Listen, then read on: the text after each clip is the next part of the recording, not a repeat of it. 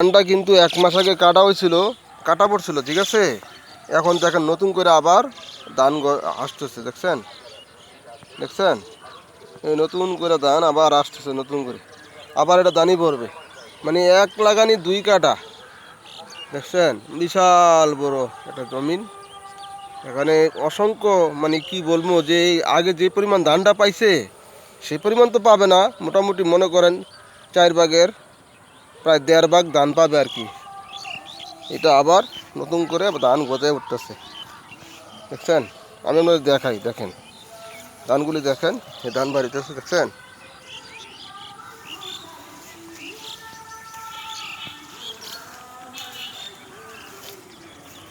দেখছেন, এই যে কাটা পড়ছে আগে, আপনারা কিন্তু দেখতেছেন ধানটা, আবার ধানটা ওই মানে বাড়িতেছে। মানে যে প্রথম অবস্থায় উনি যে ধানটা পাইছে কিন্তু সেই পরিমাণ পাবে না, 4 ভাগের 1.5 ভাগ ধান এটার থেকে পাবে। এখন পরিশ্রম নেই, কষ্ট নেই, কিছু নাই। এইটাও মনে করেন আর মাসখানেক বা 15 দিন গেলে ধানই পড়বো।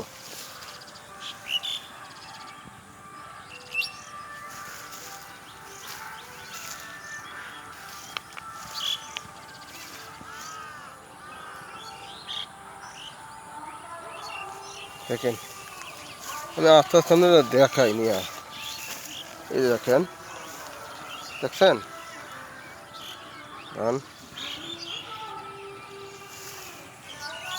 যাক ভাই, এটা হলো আল্লাহর নেয়ামত, সব কিছু আল্লাহর কাছে।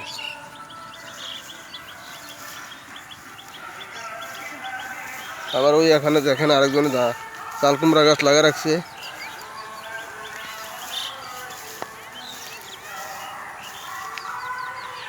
এই যে চাল কুমড়া, দেখছেন, এই চাল কুমড়া, এই চাল কুমড়া, চাল কুমড়া। আর হলো জৈন্তা,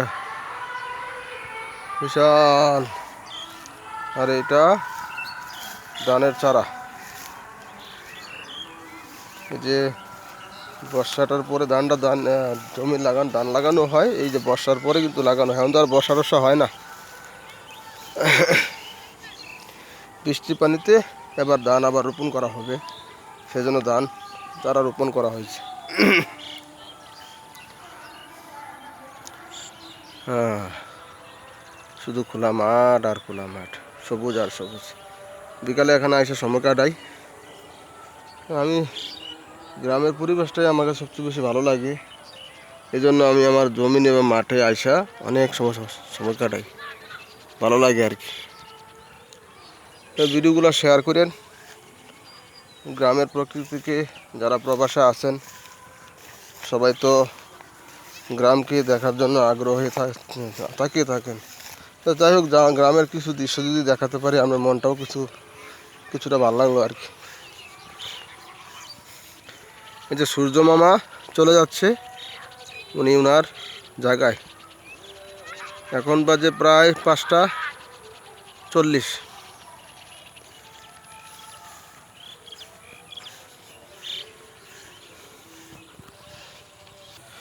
মাঠের ঘাস, প্রচুর ঘাস।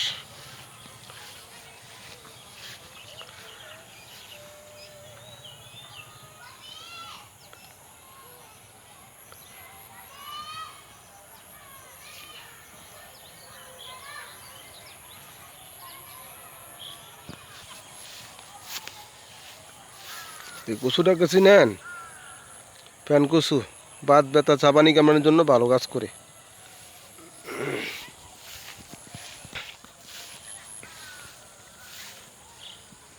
ভালো করে রান্না করলে মাংসও ফেল। প্যান কচু বাত ব্যথা চাবানি কামড়ানোর জন্য বিশেষ উপকার। চিনচিনি চিনচিনি, ওই দেখেন বল্লা খাইয়া বাপ ডালিতেছে।